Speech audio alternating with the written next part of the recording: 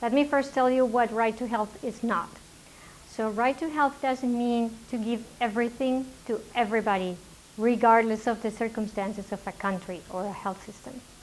So right to health basically means to provide what a country can provide to people in the most equitable way, but to make a system where people can participate in the decisions of what they need and what they want and when and how can they use it. So that means you have to empower citizens to be able to bring their ideas to policymakers who at the same time need to be transparent in the way they come across the information to make their decisions. So that's more or less in a nutshell what I will imagine that is a system that takes a rights-based approach to health. It is very important because what you purposely do is to bring the highest level of health outcomes for the best distribution that you can in a country. So if you don't have transparency, for example, then you will have pockets where people get more and others that people were getting less or nothing. And if you don't have accountability, there is no one asking someone else that, oh, you should do a better job, or why didn't you do this or that, or why didn't you use the resources that we provided you in health and you use them for something else. So the first and most difficult challenge is to understand what it means in practice and to explain to others what does that mean in practice among all the stakeholders. So they need to come into a unique approach to basically force the system or make the system in a way that could respond to the needs and interests of all of them.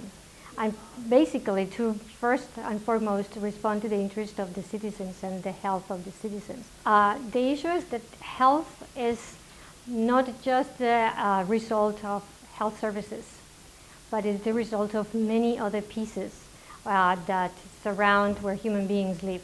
So it's about environment, it's about nutrition, it's about opportunities, it's about labor, it's about so many different things. Yeah.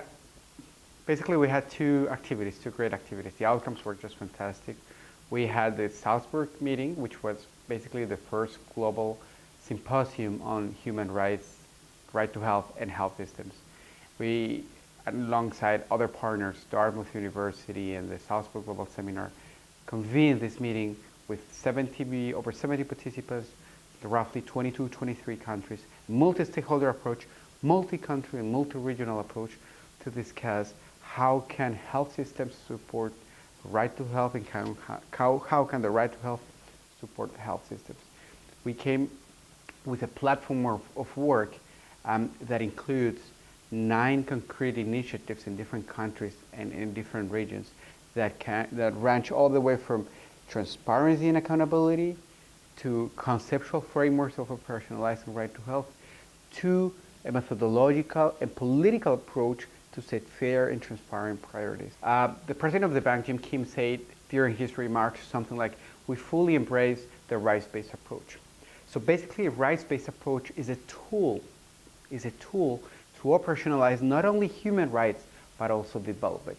Rights-based approach, based on human dignity and fairness, uses several platforms that make our work as development practitioners easier, more sustainable, and in some way more equitable. We came together a group of bilateral development agencies, GIZ, NORAD, SIDA, officials from Denmark, the Finnish Ministry of Foreign Affairs, and the Royal Institute for Tropical and Policy Affairs from Holland, to see how can we advance our knowledge and our understanding, but above all, our mutual collaboration in the field of using human rights in development.